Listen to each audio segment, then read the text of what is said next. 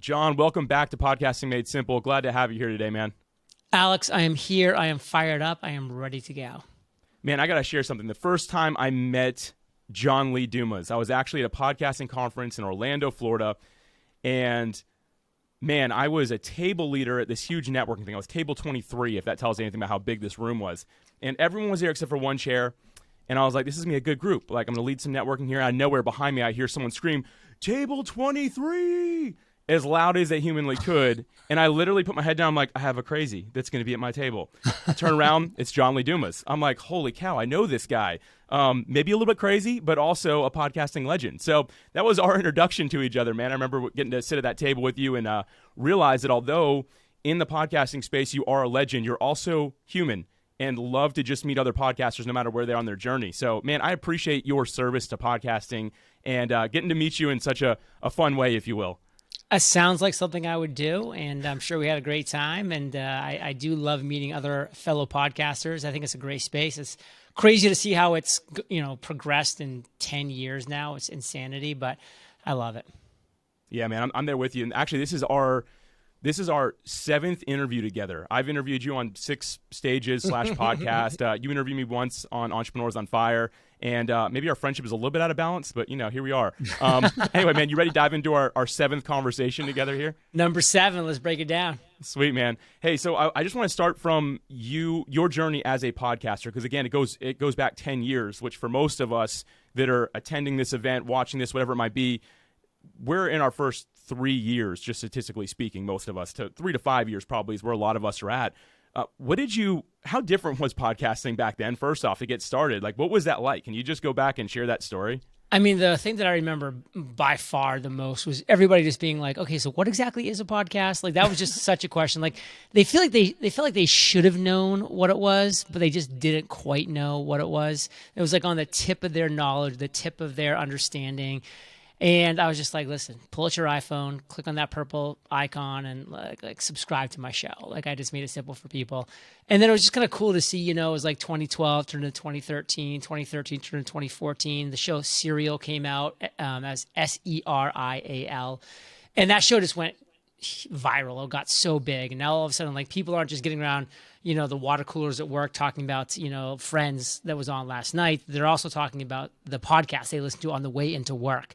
And that just got everybody kind of like on the app, listening to apps, listening to podcasts, talking about podcasts. And things just kind of grew from there. Like, you can kind of see that, like, the smart money kind of realized that, hey, this is the beginning of a trend, and they went forward with that trend. So it was just really cool to see, and it was a lot of fun. And, here we are 10 years later, and Entrepreneurs on Fire has launched over 3,700 episodes, over 130 million listens to date. Over 2.5 million listens on a month-to-month basis. We've had a lot of fun, and there's just no reason that I want to stop, because I just get to talk to cool people. I'm an extrovert. I like talking to cool people, so life is good. Man, I love that. So I got to ask you, because going back 10 years, like you said, when you started, Serial hadn't come out yet. And if there's like a boom in podcasting, it was thanks to Serial, right? Like, that is what kind of got us there. But something you did is you launched right. Like, you did it right from day one. Can you just talk about how you were able to do that? Like, how did you have that foresight before podcasting was really a thing? I'd love to kind of hear your process on launching Entrepreneurs on Fire. I really understood the platform of podcasting because I was a listener. I was a consumer of podcasts. So I listened to podcasts when I was at my computer, just like having it in the background, when I was going on walks and runs and driving in my car. Like, I just always had podcasts on in the background. So I knew what I liked. I knew what I didn't like. And there was one quote one day on this podcast that said, hey, what's the industry you love the most? And what's the thing you hate most about that industry that you love the most?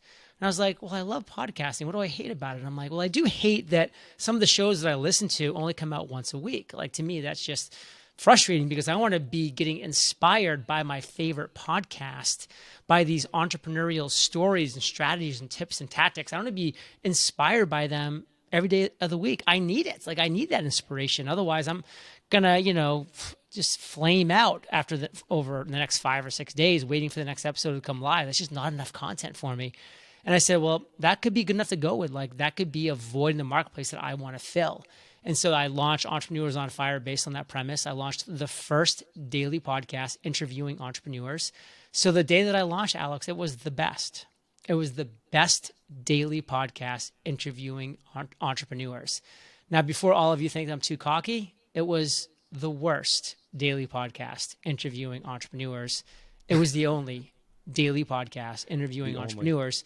So whenever I talk to people now, when we have them join Podcasters Paradise or one of my courses, I'm just like, hey, like, what is your biggest question about launching right now? They're like, well, this is my idea. And I'm like, well, your idea has been done 1,000,000 times. Do you want to be a pale, weak imitation of thousands of other podcasts? Or do you want to be the best? They're like, well, I want to be the best. I'm like, well, find something that hasn't been done. Find something unique that has no competition or really poor competition. Go all in so that you can say definitively the day that you launch that you are the best X. And for me, that was the best daily podcast interviewing entrepreneurs. That's why it won. Congrats on having the best and worst podcast in Cheers. whole category, right? Congrats, man. That's great. You know, I'm going to come back to that, the one and only, right? I'm going to come back to that in a little bit. But first, I want to talk about how you did that. And what I mean is a daily podcast back then especially, I bet people told you were nuts. Like, I know it, right? People probably told you, like, you're crazy thinking you're doing that much content. I'd love for you to speak to that point because one issue I see in podcasting is people just give up too soon, and they're not even trying to do a daily show. They give up too fast. As you know, the churn rate in podcasting is crazy. That one person starts a show, the next day they stop. 10 people start shows, 9 stop the next day, right? And inconsistency is really what ends most people's podcasting journeys. But I'd love for you to talk about how on earth you started doing a daily show, especially before there was really a system for that, if you will. Can you talk to that point a little bit? Well, first of all, I want to talk to the point of who cares what people say. I don't. I mean, I don't care what people say, especially when these people haven't done anything of merit themselves, especially in the field that I'm talking about. Now, the reality is I did care what 2 people had to say, my podcast coach, Jamie Masters, and the leader of my podcast mastermind, Cliff Ravenscraft, the podcast answer man. Both of them said, you're nuts, you're stupid, don't do it. Nobody wants to hear a daily show. You'll get burned out. You'll never find enough guests. Your listeners will get burned out. They gave all the reasons. And I said to myself a question that I think a lot of people should ask themselves when they're faced with similar situations, which is, what if the top best people in the industry say something that can't be done and I'm able to do it? If the top people tell me this can't be done and I figure out a way to do it, what kind of opportunity does that outlay? And the answer is super high. Because one thing that a lot of people, specifically entrepreneurs that are getting into the space, need to realize is the higher the barrier, the lower the competition. You, my friends, need to find something that has a high barrier that you can build a moat around. When my podcast started making hundreds of thousands of dollars a month, guess what? I had a lot of people that wanted to copy me. And if it was simple to copy me, they would have. And we would have all been flushed out and saturated. But it was really hard to copy me because I had a daily podcast interviewing the world's most successful entrepreneurs. To copy that took so much time, so much effort, so much work. And people just couldn't do it. So it was because it was tough that it made it worthwhile. Man, I love that you share this point because I think a lot of us, you know what, the quote I think of is Jerry Rice. Today I'll do what others won't, so tomorrow I can have what others can't. And I think that you really just embody that in podcasting. You're saying, you know what, this is what people are not willing to do. I'm going to do it, and it's going to lead to success. And it really has for you. It's been amazing to watch. I want to get really practical here just for everyone who's hearing this. And it's podcast guest and host. Can you, again, speaking toward consistency, because that's the important thing. Like if you would have done this for 2 weeks, then took a month off, and then did it for 2 weeks, and a week here, a week there, it obviously wouldn't have excelled the way it has over the years. But what are some really practical things people can do to not necessarily do a daily show, but stick with it, keep that consistency going? Here's the thing. If you want to build an audience, you've got to show up and deliver real value for them. You have to be providing real solutions to real problems that they have on a very consistent basis. When people come to me and they want to know what frequency should my show be, they want to know like what content, what topic, all these things. I'm like, your show needs to be going live at least 3 days a week. I need a Monday, a Wednesday, a Friday. I don't need 3 interviews per week that are 45 minutes long, but I need 3 shows going live each week. Maybe 2 of those shows, or maybe all 3 of those shows are 3 minutes, 5 minutes, 7 minutes long. They don't need to be these long, time-consuming, soul-sucking episodes. They just need to be there on a consistent basis, Monday, Wednesday, Friday. And a lot of people, when they get in that rhythm, they're like, wait a second, this 3-day-a-week thing is actually pretty easy when I'm not being, cornered to do these super long-form interviews or long-form solo episodes. And then they bump it up to 4, then 5. And then sometimes people come back to me, they're like, wow, like I'm able to record in a couple days 30 episodes, a month's worth of content if I did a daily show. And I'm not saying, by the way, everybody should go with a daily show. That's not the thing. But I do think there's a minimum, and that minimum used to be 2 days a week for me. But as things have gotten more competitive, I really think if you want to stand out, if you really wanted to build an audience around a topic, around solutions to real problems, Monday, Wednesday, Friday, 3 days a week, be consistent, show up every day. Sometimes, you can surprise and delight, drop a Saturday show, drop a Sunday surprise show. You don't have to keep that once you start it, but that can be a surprise and delight. And always be there for your listeners. Don't leave them hanging. That's good, man. You kind of hinted at this point here, but can you speak this idea of batching, which is saying basically I'm going to do all this content at one given time? That's something you've implemented within Entrepreneurs on Fire. Am I right in saying that?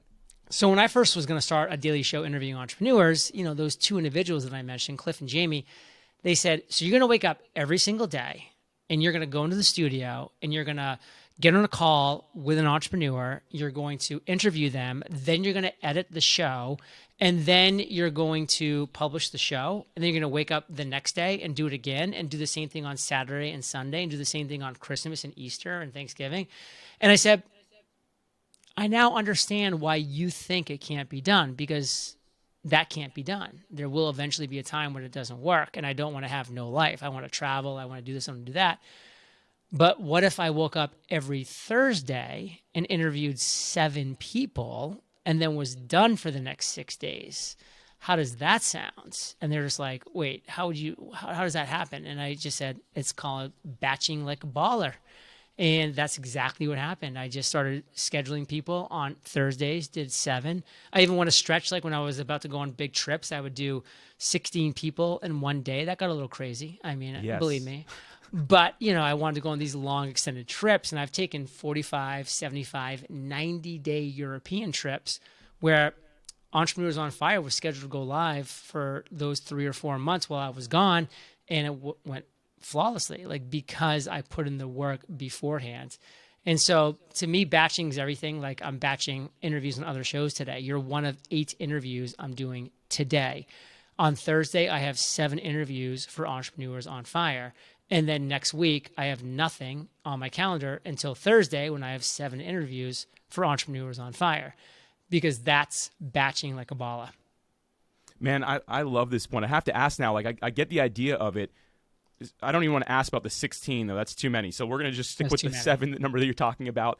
How do you do that throughout the day and keep the level of quality up? I get that the first interview you can have all the energy in the world, right? But by number 7, what have you done to keep that momentum up? Does that make sense what I'm asking? Listen, not everybody's meant to be an interviewer. Not everybody's meant to be a host. It does take a certain individual, a certain personality type. And a lot of times when I get on my 7th and final call for the day, I'll even tell a person, I'm like, hey, I've been rocking it all day. You're my 7th interview. They're like, oh, bummer. I wish I got you earlier on in the day. And I'm like, you're wrong. I'm like, because me, and I know myself, I'm the type of person that actually feeds off of the energy of conversations. I'm like a vampire in that way. So I've been sucking the energy dry from my previous guests, leaving them exhausted and passing out probably. But I'm just getting stronger and stronger. So by my final interview, I'm more energized than I was for interview number 1, when I was kind of just shaking the rust off and getting going a little bit, clearing my throat, getting the voice box kind of tuned up. By episode 7, I'm on fire. And sometimes I'm finished. I'm like, oh man, I could do a couple more right now. Feel free to call me when you're ready for a couple more interviews, all right? Man, I want to ask, kind of shifting gears here a little bit, and I've got something I'll come back to on the guesting side of this, but real quick here, in your book, The Common Path to Uncommon Success, which, by the way, I've read multiple times, and I highly recommend everybody who's listening, watching this, however you're consuming it, go grab a copy of that book on Amazon. It's incredible. You speak to the importance of having an avatar, which is something that I've since adopted and truly live by. Like I've got Adam all figured out. I know everything about him, right? And I'd love for you to just share what your avatar has played in the success of Entrepreneurs on Fire and even podcast guesting. Can you talk about why this is important and really how it's just helped propel you forward?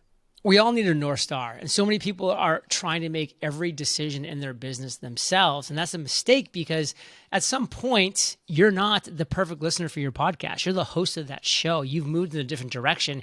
Your listeners are your listeners. And once you can identify your perfect listener, AKA your avatar, whenever you come to any decision, to any fork in the road, you don't have to take the time, energy, mental bandwidth, potentially spend the money to make a decision about whether you go left or right. You say, hey, what would my avatar want? In my case, is Jimmy. What would Jimmy want? What would Jimmy do at this decision, at this fork in the road?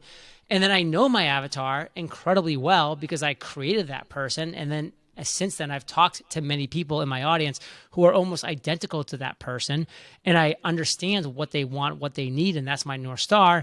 And I'm able to make quick, fast, correct decisions, not from here, but from my avatar's point of view, because that's the person I'm serving. Man, that's so smart. And again, like this has really helped me a lot. I have a question for you. With Entrepreneurs on Fire, that's your avatar, Jimmy. Do you have a different avatar when you're going on podcasts as a guest, or do you always still have that same avatar in mind? No, I definitely have different avatars when I'm going on other shows as guests, because now it's people on your show. Who are those listeners? How can I speak to them? How should I speak to them? You know, when I'm kind of going on to maybe talk about different value bombs that came from my book or something else like that, I'll kind of shift my topic there as well. And of course, it's not really my job. It's the host's job to guide the conversation, to ask the right questions, because they know their audience's avatars, or if they don't, they failed as a podcast host. So I just sit back, let the guests ask, or let the host ask the questions and rely on them, really focusing on what their audience needs and then answering those questions as succinctly and thoroughly as possible. So quick question, at one point, and maybe still, is one of these avatars, when you're a guest, an aspiring podcaster? Just out of curiosity, is that one of them? Absolutely. I bring that up because the very first podcast I ever set out to listen to was because I heard a random show that I don't even remember what it was, because somebody introduced me to it. I'm like, I want to do this. I love talking to people. Interviewing seems like something I would be able to get good at, right? So I typed in, I think it was Everything You Need to Know About Podcasting is exactly what I typed in. And I found an interview with you on a show called Duct Tape Marketing. John Jantz. Yes, mutual friend of ours. And it's been cool. I was on that show like 5 years later, which was just like a really cool experience. But that was the first podcast I ever set out to listen to. And man, did you have your avatar dialed in? Because I was like, I think I wrote down every word, not realizing it was transcribed. But that's kind of what got me started in podcasting, was hearing that specific episode. And a follow-up question to that now is, what has podcasting done for your business over the years? Because obviously your show, with millions of people listening to it, to every single episode, what is the guesting side done when most of the audiences, I have to assume, are much smaller than that? Have you been able to see your business propelled forward on the guesting side as well? Well, quick question first. When you listened to that episode, did you then go listen to Entrepreneurs on Fire? I did. Immediately subscribed. And that's why, to this day, people ask me, John, why do you spend a half a day every single month guesting on other people's podcasts? I'm like, because I know one truth. Podcast listeners listen to podcasts. I'll say that one more time. Podcast listeners listen to podcasts. So everybody hearing my voice right now is a podcast listener. And guess what? I have a podcast. I'm looking for podcast listeners to come to Entrepreneurs on Fire. And I know the average podcast listener listens to 7 podcasts. So I don't want you to stop listening to Alex, but I want you to make me one of your 7. And if I drop enough value, then a certain percentage of you will become Entrepreneurs on Fire subscribers, listeners, and potentially evangelists. And that adds up over the days, weeks, months, and years. So it's a good use of my time and always will be. That's so good, man. I want to end with this question here. Going into, on both sides of the mic, really, once again, just hearing all this value that you've brought us today. And I do hope everyone goes and checks out both your book, but also Entrepreneurs on Fire. But the question I want to end with, and you mentioned this earlier, is making your show unique, being the one and only, right? So my question to you is, imagine you're not in podcasting. You're not John Lee Dumas. That's something else completely, but you are going to start podcasting today. Would you go at it the same way, or do you have a different idea, strategy, approach for what would work in today's world? Entrepreneurs on Fire launched with my 2012 skill set in 2022 fails because it's not a new, unique concept. It's been 10 years since that was done. So I would sit back and I would say, what is a really unique, underserved void in the marketplace that I can become the best solution to that real problem? And I would create that podcast. I would niche my flipping face off until I was saying, I can own this market. I can dominate the competition. I can be the #1 podcast in this category from day one going forward. Man, I love that. How do you know that you've, like, first off, why don't people do this? But how do you know that you're niching down enough versus you're going too broad? Like, how do you know that? People don't do it because they're scared. They're scared that I'm going to launch a podcast that's going to have too narrow of a defined niche and not enough potential listeners. And so I'll never get many listeners. And if I don't get many listeners, I won't get sponsors. And if I don't get sponsors, I won't make money. But the reality is they just say, hey, like, I am a newbie basketball player. I'm going to jump into the NBA right now and expect LeBron James not to swat every single shot that I take. And that's what happens. They launch these vague, broad based topics. They interview entrepreneurs about their stories, and they wonder why it picks up no traction, because nobody wants to hear a newbie podcast host do a bad job interviewing a successful entrepreneur that's been interviewed 1 million times by 1 million better podcast hosts. Those fail all the time. But when somebody who loves yoga and is a vegan sees the Yogi Vegan show, and it's the only one that talks about those two fairly niche topics, so it's a combined quite a niche because it's a combo topic of two niches, that's the show they're going to listen to because there's no other show that fits those needs for them. And that's why that person wins and the other person loses over and over and over again. Man, that is so good. Everyone just stop being afraid, be brave, just step out, find that niche, and give it a shot, right? I love that, John. That's so helpful. I know I said that was the last question, but you're the value bomb guy, so I got to ask, man, you got any value bomb to end us with today? The value bomb is going to come from Albert Einstein. It's a quote that I love. It's try not to become a person of success, but rather a person of value. And that's what I see a lot of people doing. They're chasing success that they see other people have achieved, trying to copy them, trying to mimic them. So they're this pale, weak imitation of people who are already successful. Step back and say, how can I be a person of value on a consistent basis? And answer that question and go forth and conquer. So good. John, thank you again for paving the path for all of us in podcasting as guest and as host, and also for your years of service in the U.S. Army, man. I really appreciate you, and thank you for being here. My pleasure.